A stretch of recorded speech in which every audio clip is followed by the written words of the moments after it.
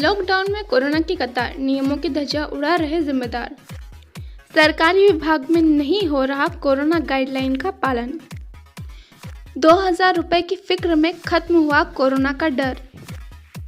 बैंकों के सामने लगी लोगों की भीड़। राशि वितरण में दिखा अव्यवस्थाओं का आलम।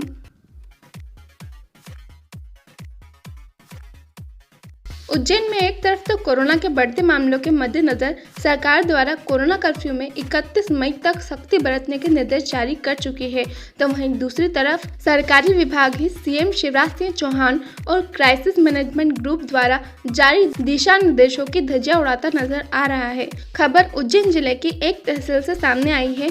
प्राप्त जानकारी के मुताबिक यही हालात जिले के कुछ और तहसीलों के भी हैं, जहां सख्त लॉकडाउन के दौरान लोगों की कतारें लगी हुई है।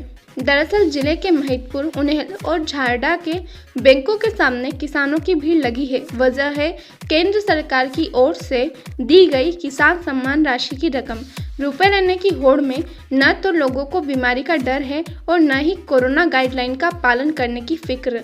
ऐसे में सवाल ये है कि सरकार द्वारा जिस राशि का वितरण किया जा रहा है, वहां ऐसे जिम्मेदार भी नहीं हैं जो इस व्यवस्था को सुधारे। हालांकि ये मामला 17 से 18 मई का है, लेकिन इसकी तस्वीरें रविवार को सामने आई है। सरकारी आंकड़ों पर गौर करें तो शहर से ज्यादा संक्रमण की रफ्तार इस समय ग्रामीण क्षेत्रों की है। यहाँ बड़ी संख्या में लोग बीमारी की चपेट में आ रहे हैं।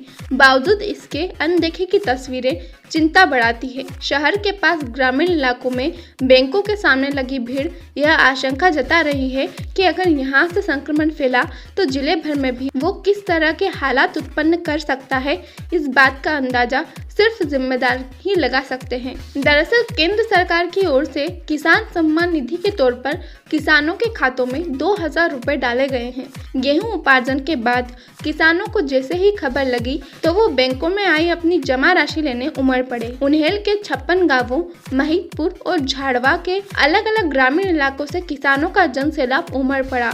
जन सैलाब जिला सहकारी केंद्रीय बैंक की शाखा पर पहुंच गई।